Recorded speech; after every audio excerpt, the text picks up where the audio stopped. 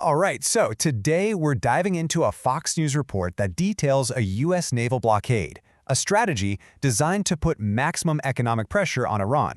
Let's get right into it. So, this quote right here, it's really the heart of the entire report. It's this core claim, stated with a whole lot of confidence, that the U.S. blockade isn't just a policy idea, it's one that is actively and successfully working. So our goal here is to really unpack how the source gets to that conclusion. Okay, so here's how we're going to break this all down. We'll start with the operation itself, which they call economic fury, and then get into the actual mechanics of how it's supposed to work. After that, we'll look at the financial squeeze it creates, the pressure cooker it puts Iran in, and finally the political debate this whole thing kicked off back in the US. So first up, the operation itself. The report doesn't frame this as just some kind of sanctions package. No, this is presented as a full-blown, coordinated effort, a mix of economic and military muscle that they've dubbed economic fury. And according to the report, this is a serious enforcement effort. I mean, at the time of the segment, they'd already turned away 31 vessels from Iranian ports. And this isn't just a few ships floating around, it's backed by a major military presence. We're talking troops, warships, fighter jets, all of it watched over by strategic surveillance to make sure that blockade stays, as they put it, sealed tight. So how does simply turning ships around cripple an entire nation's oil industry? It seems almost too simple, right? Well, to get it, you have to understand the mechanics of the strategy. The source brings up this one key industry term that explains the entire game plan. And that term is shut-in. This is the whole ballgame. See, in the oil business, a shut-in is what happens when you have to literally stop the pumps because all your storage tanks are full. There's just nowhere left to put the oil you're pulling out of the ground. That's the goal of this blockade.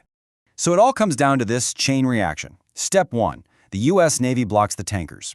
Step 2, with no ships to load the oil onto, Iran's own storage facilities, they mentioned the huge one on Karg Island, they just fill right up to the brim. And once they're full, Step 3, the oil wells themselves have to stop. The whole system just grinds to a halt. And this isn't presented as some far-off possibility. The report really drives home the urgency by citing a J.P. Morgan analysis. It suggested that Iran was just 2 weeks away from hitting that critical shut-in point.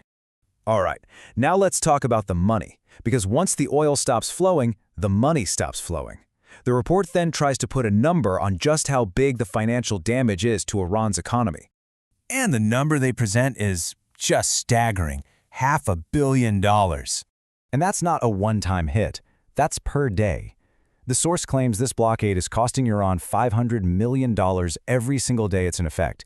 It's just an absolute chokehold on their main source of revenue. And this quote from then-President Trump really gets to the strategic thinking behind all of this. The argument here is that this kind of economic weapon, this blockade, is actually more powerful, more threatening to the regime in Tehran than the possibility of direct military strikes. So, okay, the money's gone. But the report says this pressure is doing way more than just hurting their bottom line. It's creating these massive ripple effects inside Iran, shaking up everything from the government stability to the daily lives of its people. The guests on the show just tick off this long list of internal crises. The currency has apparently gotten so bad, it's almost meaningless. The internet got shut off for nearly the entire population. Their financial lifelines through places like Dubai got cut. And here's a big one. The government is supposedly having trouble paying its own security forces.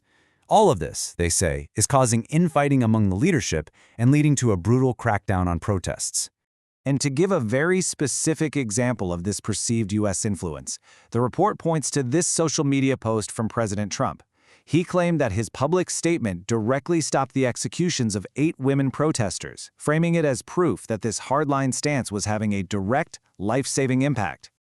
Okay, so for the last piece of this, the report turns the camera back home and looks at the reaction inside the United States. And as you can probably guess, it's presented as a really sharp political divide over whether this blockade was a good idea at all. And the way they frame this debate is, well, pretty black and white. On one side, you have the proponents who see the blockade as this necessary, long-delayed confrontation, something essential to finally, physically stop Iran from getting a nuke.